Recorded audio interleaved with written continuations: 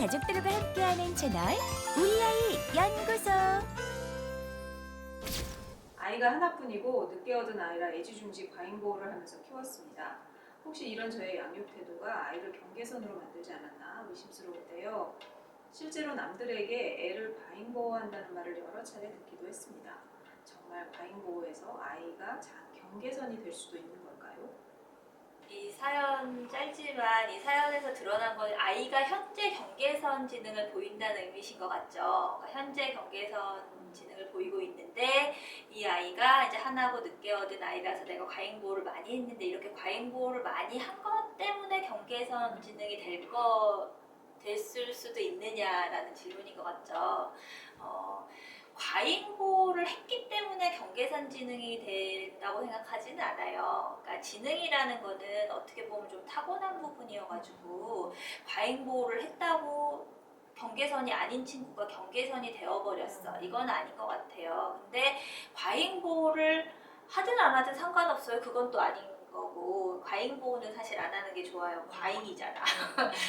왜 그러냐면 우리도 그런 거 보지 않아요? 똑같은 지능을 가졌어. 그러니까 똑같은 지능을 가졌어도 생활에서 발현되는 능력이 되게 다를 수는 있잖아요. 그러니까 지능이 되게 좋지만 왜 저러지? 뭐 이런 사람도 있고 저 사람 지능이 되게 좀 별로 안 좋다는데도 잘 지내고 있는 사람이 있잖아요. 그러니까 그래서 과잉보호를 했을 때 이 친구의 능력을 발현시키는데 방해가 될 수 있는 것 같아요.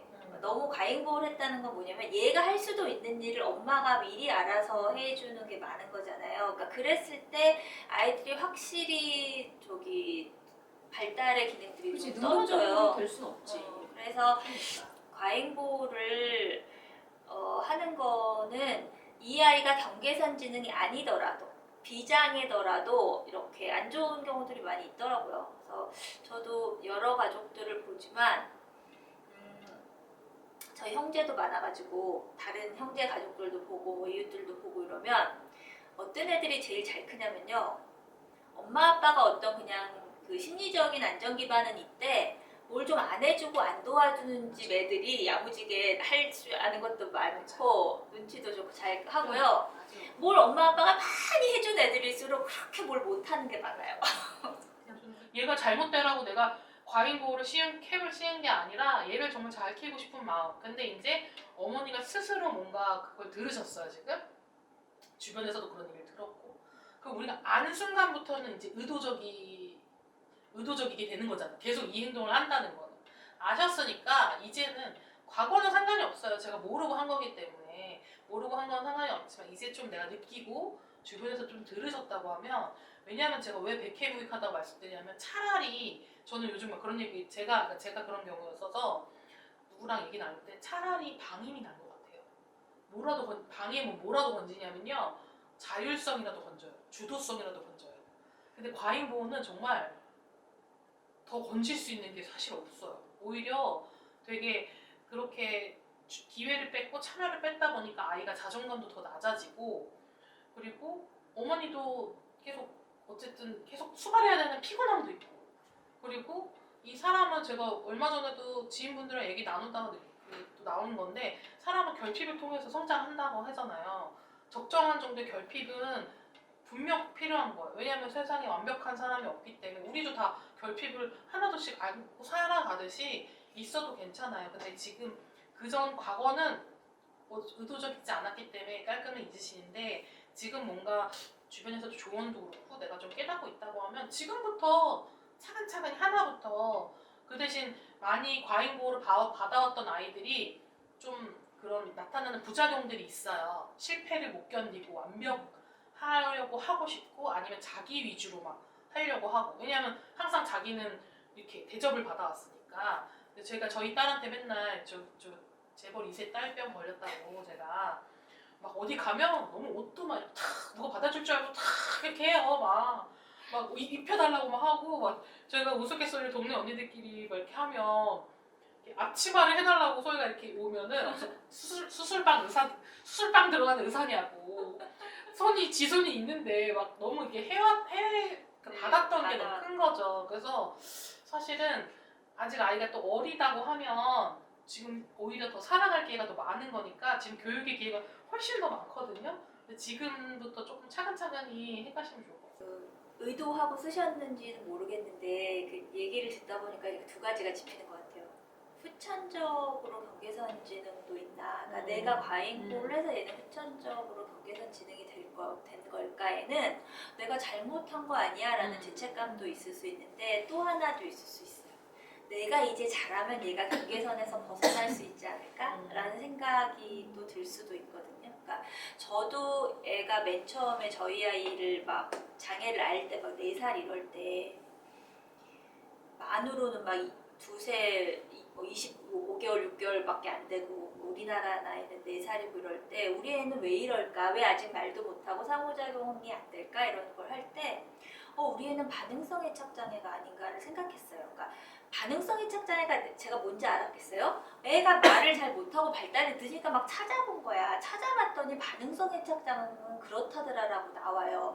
근데 그 옆에 분명히 자폐도 나왔는데 난 자폐를 보고 싶지 않은 거야. 자폐는 최대한 좀 더 예쁜 자폐는 선천적으로 뭔가 이상이 있는 장애고 반응성 애착장애는 뭐라고 나오냐면 후천적이라고 계속 나와요. 후천적으로 이 양육 환경이 제대로 된 상호작용이 잘 안 이루어졌을 때 반응성 애착장애가 올 수 있다고 나와요. 그럼 이게 후천적이라는 건 무슨 뜻이냐면 환경이 잘못돼서 그런 거야. 환경을 바꿔주면 나아져.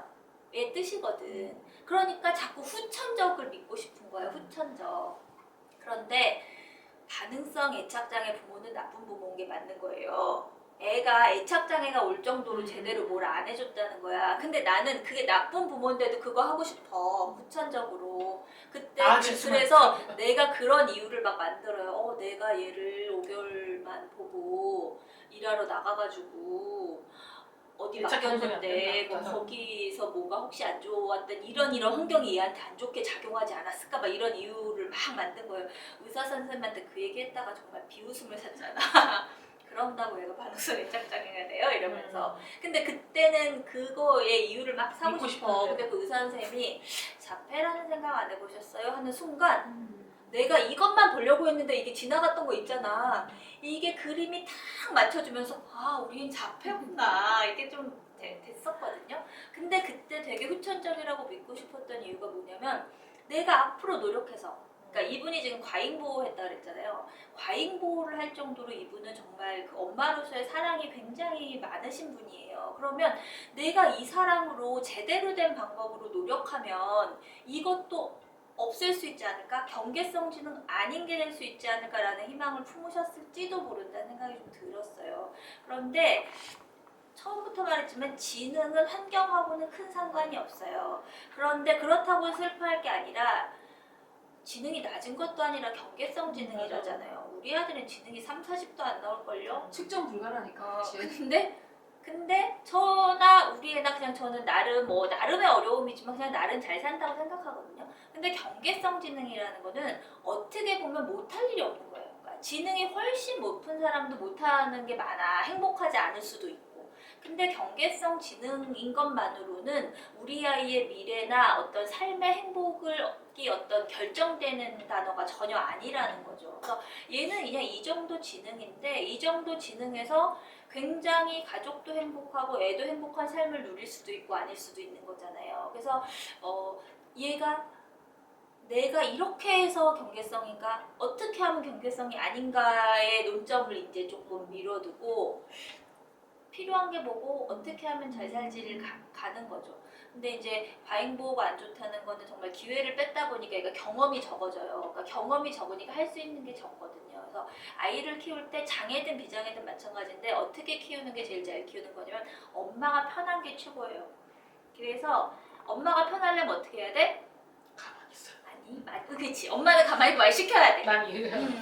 자, 그 엄마가 얘가 목마른데 막 쪼르르 가서 마셔 막 이렇게 갖다 주고 그런 게 아니라 거기서 넘어서서 엄마 목마를 때도 엄마 목마르니 물 한 잔 갖다 다오를 해야 돼요. 그러니까 약간 그런 식으로 가야 그 아이들이 할 수 있는 것들이 많아지거든요. 그래서 그래서 좀 엄마가 지금은 엄마가 힘드실 것 같아요. 왜냐면 엄마가 다 일일이 챙겨주시느라고. 그래서 챙겨줄 건 챙겨주지만 그냥 진짜 조금 한 템포 참아야 돼요.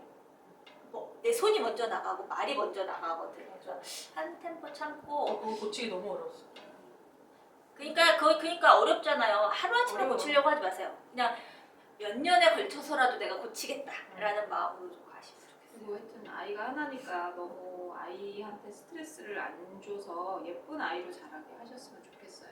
그러니까 경계선 지능이건 뭐 비장의 친구건 뭐 어쨌든 간에 제일 중요한 거는 인성이 제대로 되고 그래서 내가 다른 사람의 마음을 이해하려고 하고 이렇게 따뜻한 아이로 자라는 게 제일 좋은 것 같아요. 뭐 저는 인생 오래 살지는 않았지만 사람은 그냥 성격이 좋아야지 그냥 뭐 예민하고 정말 개차반이고 막 이러면 힘들어요. 그러니까 우리가 장애인분들 중에 굉장히 정말 누가 봐도 장애인들 너무 예쁜 사람들이 있어.